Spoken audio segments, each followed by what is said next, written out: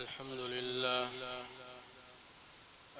لله نحمده ونستعينه ونستغفره ونؤمن به ونتوكل عليه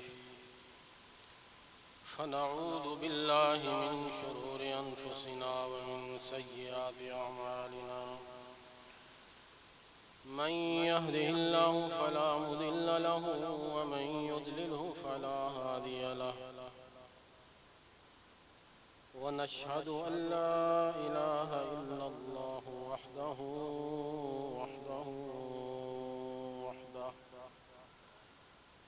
لا شريك له ولا وزير له ولا مشير له ولا معين له ولا ضد له ولا ند له ونشهد أن سيدنا وسندنا وحبيبنا وحبيب ربنا وطبيبنا وطبيب قلوبنا محمدا عبده ورسوله صلى الله عليه وعلى آله وأصحابه وبارك وسلم تسليما كثيرا كثيرا أما بعد فأعوذ بالله من الشيطان الرجيم بسم الله الرحمن الرحيم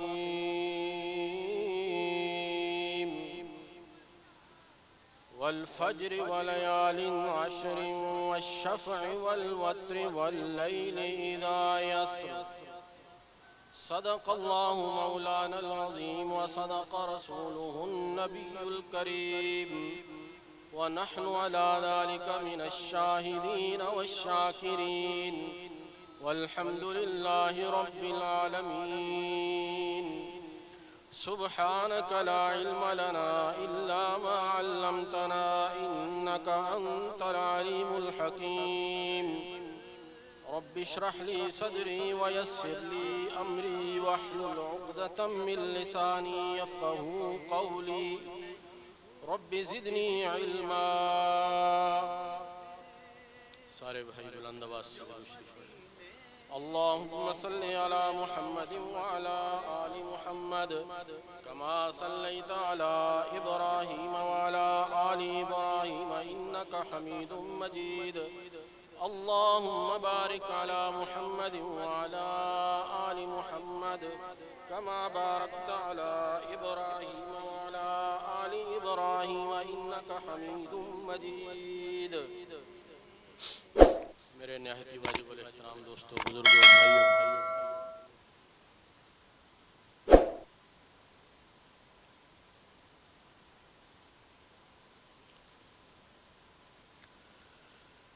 اللہ رب العزت نے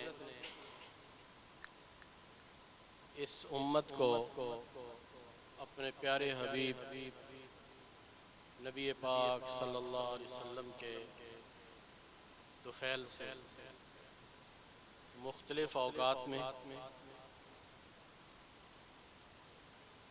دنوں میں اور راتوں میں اس کے لیے اس امت کے لیے عبادت کے ثواب کے مغفرت کے مختلف شکلیں عطا فرمائی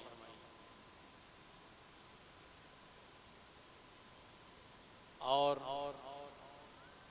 اس شکل کی ابتدا رمضان المبارک سے ہوتی ہے کہ رمضان المبارک کا ہر دن اور ہر رات، دن کا وقت، رات کے اوقات، افطاری کا وقت، تہجد کا وقت، سحری کا وقت، یہ سارے وہ اوقات ہیں جو امت مسلمہ کی مغفرت کے بہانے ڈھونڈتے ہیں. اور پھر اس کا اختتام عید الفطر پر ہوتا ہے، جس میں مختصر وقت کے اندر ایسی نماز عطا کی جس کے لیے نہ آذان ہے اور نہ اقامت ہے، اور فرزندان توحید کو، پیغمبر نبی کریم علیہ الصلاۃ والسلام کی امت کو، آپ کے غلاموں کو یہ کہا گیا کہ اب دوڑو، دوڑ لگا دو، تم نے 30 دن تک جو محنت کی ہے آج اس کا بدلہ لینے کا دن ہے۔ اور پھر اللہ فرشتوں کے سامنے قسم کھا کے کہتے ہیں مجھے میری عزت کی قسم، میرے جلال کی قسم، میرے بلند مرتبہ کی قسم، میری بڑائی کی قسم، تم گواہ رہنا میں نے ان سب کی مغفرت کر دی اور ان کے گناہوں کو نیکیوں میں بدل دیا۔ اس کے بعد رمضان ختم ہوا، عید الفطر کی مغفرت کا دن آیا، اب اس کے بعد اشہر الحرم شروع، اشہر الحج شروع ہو گئے، حج کے مہینے۔ آج کل تو ہم جہاز پہ بیٹھتے ہیں اور 4 گھنٹے میں جدہ اتر جاتے ہیں، پرانے دور میں قافلوں کی شکل میں لوگ چلتے تھے، 3 4 5 مہینے کا سفر ہوتا تھا۔ تو اس وقت جس بندے نے شوال کے مہینے میں حج کے لیے احرام باندھ لیا وہ حج کا احرام میں داخل ہو گیا، اس لیے کہ حج کے مہینے شروع ہو گئے۔ اب یہ مہینہ بھی شوال کا مہینہ اور ذوالقعدہ کا مہینہ اور پھر ذوالحج کے 10 دن، یہ بڑی فضیلت والے دن، بڑی مغفرت والے دن، یہ حج کے ایام۔ آج مسلمان کی نظر وہ دنیا کی ظاہری قیمتوں پہ پڑتی ہے، یہ کپڑا اتنے کا ہے، یہ زمین اتنے کی ہے، یہ مال اتنے کا ہے، یہ پراپرٹی اتنے کی ہے، اتنے میں لیں گے اور اتنے میں بکے گی اور اتنا نفع آئے گا۔ اور کچھ سودے میرے دوستوں غیب کے ہیں، کچھ سودے ان دیکھے ہیں۔ وہ بیلول رحمۃ اللہ علیہ مٹی کے گروندے بنا رہے ہیں، ہارون الرشید گزرے، پوچھا کیا کر رہے ہو؟ کہ جنت میں گھر بیچ رہا ہوں۔ کتنے کا؟ 2 درہم کا۔ ہنس کے چلے گئے۔ پیچھے زبیدہ آئیں، کتنے کا؟ کیا کر رہے ہو؟ جنت کے گھر بیچ رہا ہوں۔ کتنے کا؟ 2 درہم کا۔ یہ لے لو، مجھے دے دو۔ رات کو دیکھتے ہیں زبیدہ کے خاوند، خوبصورت محل ہے، اوپر زبیدہ کا نام لکھا ہوا ہے، دوڑتے ہوئے بہلول کے پاس گئے، بہلول ایک ہمیں بھی دے دو۔ فرمایا یہ بن دیکھے سودے، یہ بن دیکھے سودے ہیں۔ میرے عزیزوں اور دوستوں، میرے اور آپ کے آقا علیہ الصلوۃ والسلام کی سچی زبان سے، آپ کے سچی زبان اطہر سے جو باتیں نکلی ہیں، جو کلام نکلا ہے، جو ارشادات نکلے ہیں، خدا کی قسم سچے اور پکے ہیں، وہ ہو کے رہیں گے۔ میرے اور آپ کے آقا علیہ الصلوۃ والسلام کا ارشاد مبارک ہے، یہ ذوالحج کے جو 10 دن ہیں ان کو افضل الایام فی الدنیا کہا گیا، اس لیے ان دنوں کی قسم اللہ نے خود کھائی ہے۔ والفجر ولیال عشر، یہ والفجر ولیال عشر، وہ 10 راتوں کی قسم اللہ نے کھائی ہے۔ اللہ کو کسی بات کی قسم کھانے کی ضرورت نہیں ہے، اس چیز کی حرمت، اس چیز کی بڑائی، اس چیز کی فضیلت، اس چیز کی حقانیت کو ثابت کرنے کے لیے رب کریم نے قسم کھائی ہے۔ اور میرے اور آپ کے آقا علیہ الصلوۃ والسلام نے فرمایا، سن لیجئے میرے دوستو، اس کو پلے باندھ لیجئے، یہ 10 منٹ کا ٹائم ہے، اس 10 منٹ میں بڑی عظیم باتیں ان کو پلے باندھ کے لے جائیے اور اپنے گھر والوں کو بتائیے۔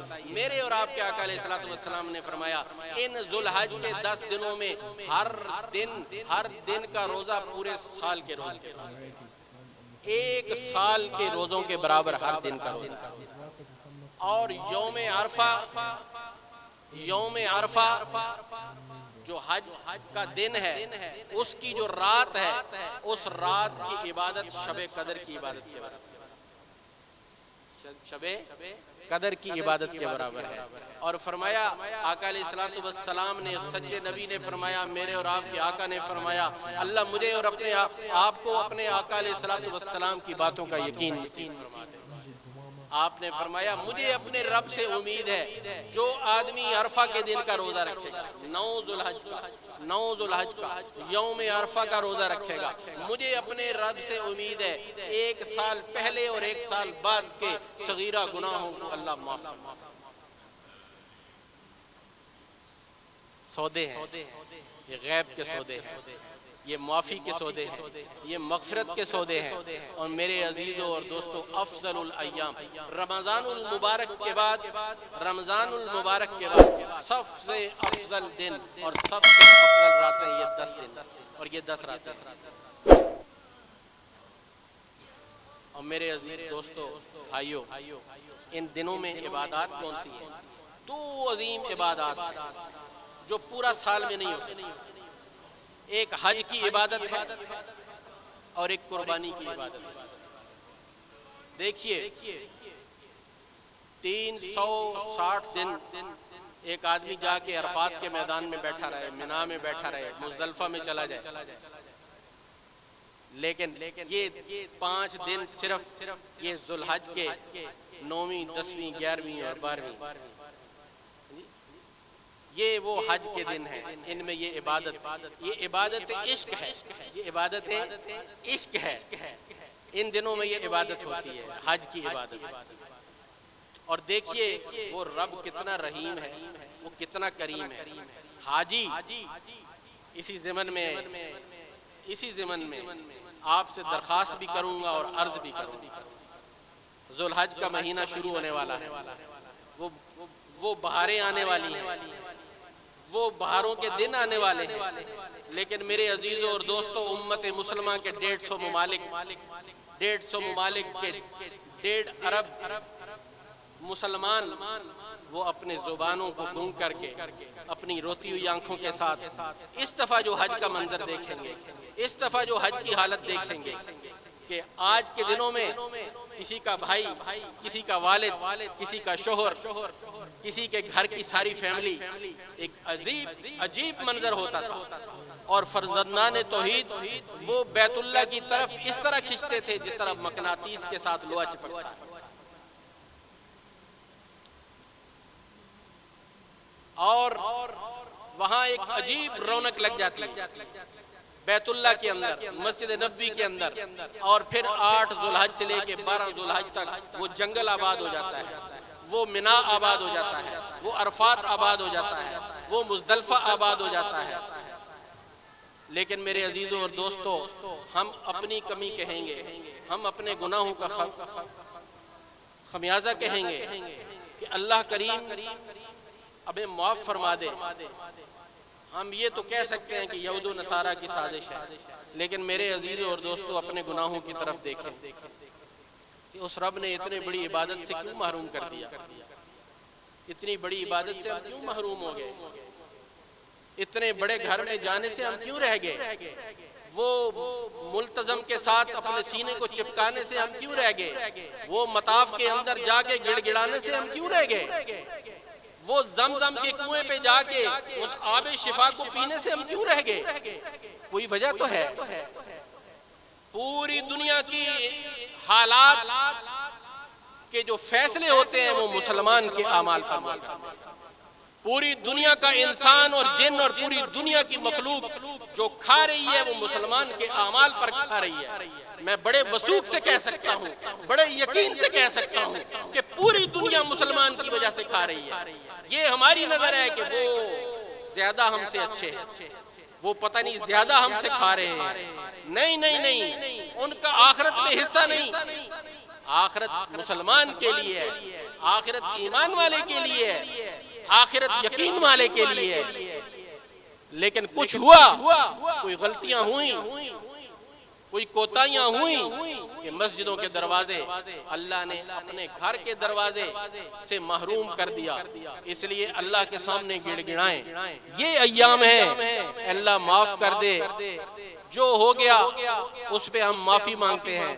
اے اللہ آئندہ کے لیے ہمیں اس حج سے محروم نہ کرنا، اے اللہ ہمیں اس اپنے گھر سے محروم نہ کرنا، اے اللہ ان ساعتوں سے محروم نہ کرنا، ان مغفرت کے نقشوں سے محروم نہ کرنا۔ میرے عزیزوں اور دوستوں، وہ رب کتنا کریم ہے۔ حاجی حج پہ گئے، کسی کو وسعت ملی، کسی کے پاس پیسے ہیں، کسی کے پاس مال ہے، جانے کے اسباب ہیں، اللہ نے پیدا کر دیے، وہ حج پہ چلا گیا۔ حاجی کی کیا پابندیاں ہیں؟ احرام باندھتا ہے، حج کی نیت کرتا ہے، اور اس کے ساتھ ساتھ اپنے چہرے کو ننگا رکھتا ہے، اپنے ہاتھوں اور پاؤں کو ننگا رکھتا ہے۔ اس کے ساتھ 2 پابندیاں اور بھی کرتا ہے، ایک اپنے بال نہیں کٹواتا، ایک اپنے ناخن نہیں کٹواتا۔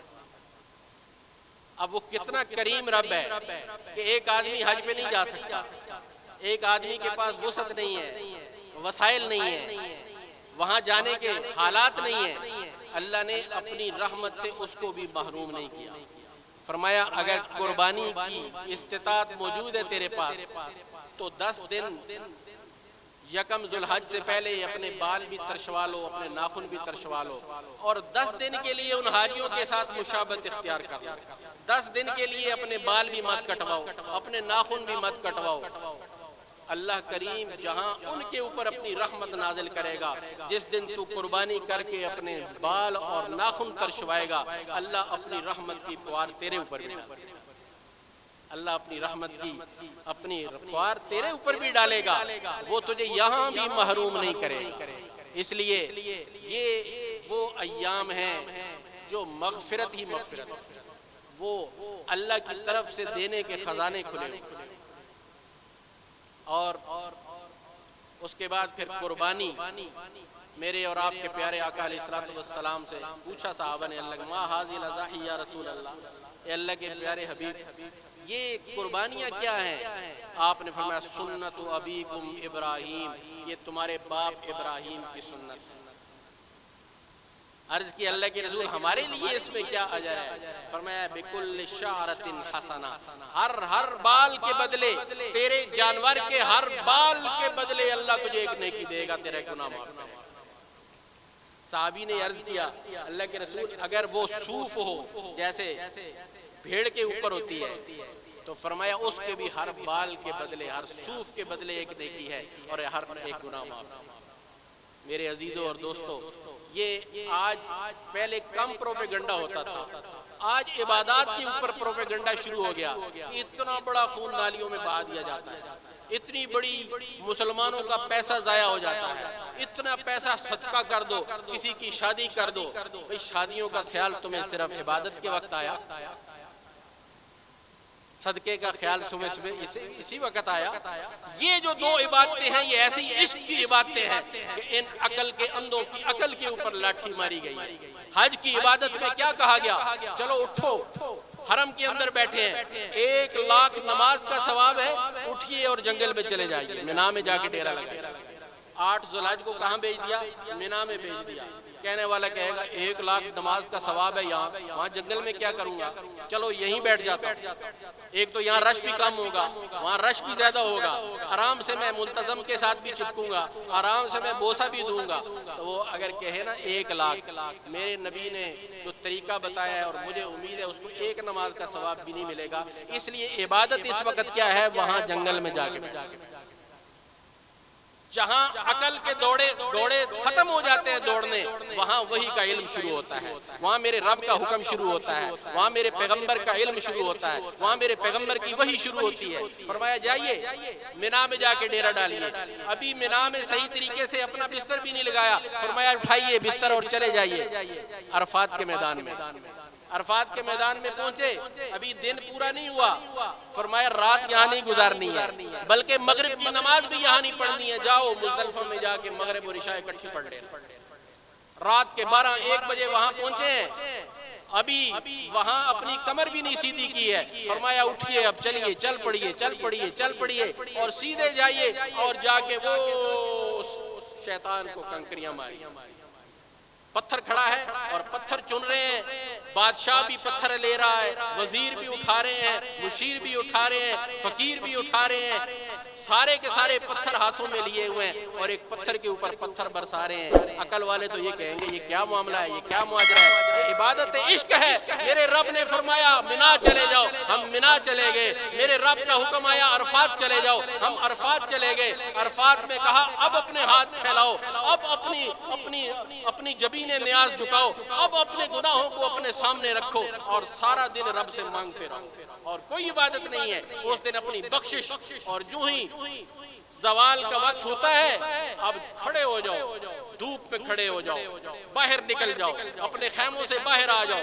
وہ رب ذوالجلال کا آج تخت بادشاہ کا لگ گیا ہے اور فرمایا آج معافی آج معافی ہے۔ آج صرف وہ جو شک بھی کرے گا، شک کرنا بھی جرم ہے، آج معافی ہے۔ اور ناخن بڑے ہوئے ہیں، بال بکھرے ہوئے ہیں، آپ کا احرام گندا میلا کچیلا ہوا ہے اور کھانے کی پرواہ نہیں ہے، اور رب ذوالجلال ایک جیسی ورتی اور ایک جیسا ترانہ، لبیک اللہم لبیک لبیک لا شریک لک لبیک ان الحمد والنعمہ لک والملک لا شریک لک۔ اللہ ہم سب کو دوبارہ یہ کلمات کے ساتھ اپنے گھر کی زیارت عطا فرمائے۔ سارے ایک دفعہ زور کے ساتھ کہہ دو آمین، اونچی آواز کے ساتھ کہہ دو آمین۔ میرا رب سن رہا ہے، اللہ آپ سب کو اپنے گھر کی زیارت نصیب فرمائے، سب کو حج بیت اللہ نصیب فرمائے، سب کو طواف کی زیارت نصیب فرمائے، سب کو عرفات میں پہنچا کر آپ کے گناہوں کی معافی کا سبب بنائے۔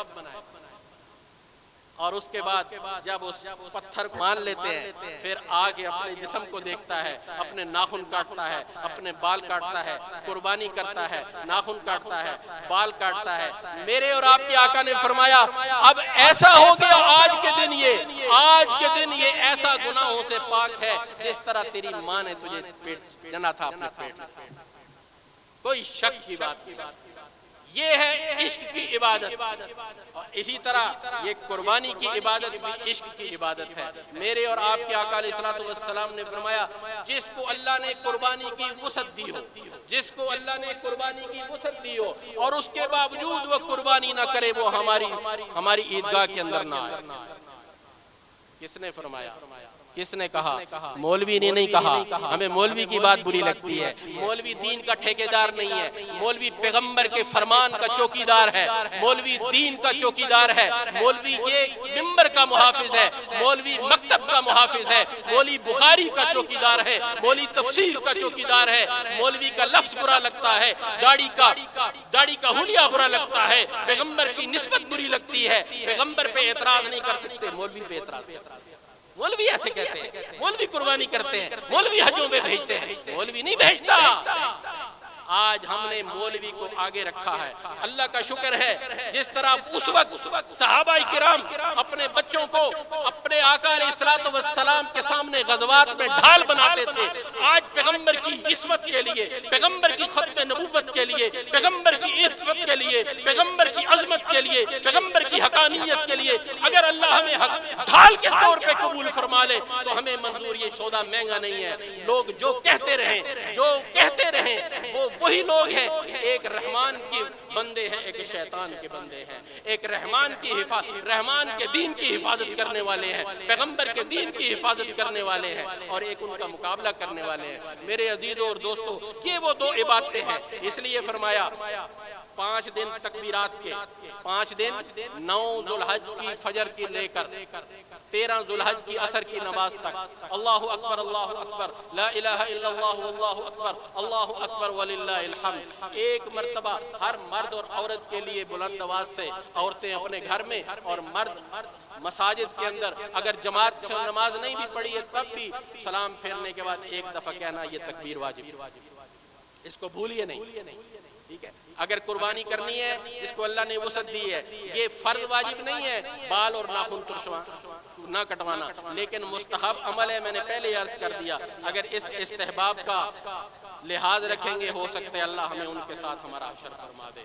اسی طریقے سے قربانی کا جانور آج کل ایک دوڑ لگی ہے کہ بہت خوبصورت 10 لاکھ کا 7 لاکھ کا۔ میرے عزیزوں اور دوستوں، ایک طرف تبذیر ہے، فضول خرچی ہے، وہ بھی نہیں ہونی چاہیے۔ جانور ہو، خوبصورت ہو، عیبوں سے پاک ہو، نقائص سے پاک ہو، لیکن ایک دوسرے کو دکھانے کے لیے نہ ہو۔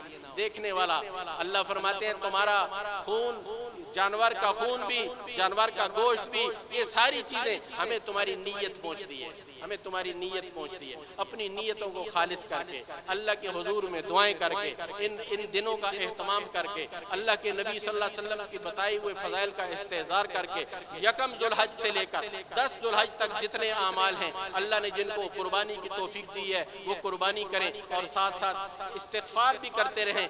اللہ کریم اس دفعہ جو ہمارے لیے اتنی بڑی عبادت سے ہم محروم ہو گئے، اللہ اگلے سال اللہ ہمیں محروم نہ کرنا۔ میں سب کے لیے دعا کرتا ہوں، جتنا مجمع یہاں بیٹھا ہے اللہ سب کو اگلے سال اپنے بیت اللہ کی زیارت نصیب فرمائے۔ اللہ کے لیے کوئی مشکل نہیں ہے، اللہ کے لیے کوئی مشکل نہیں ہے۔ اللہ کریم عمل کی توفیق عطا فرمائے۔ وما علینا۔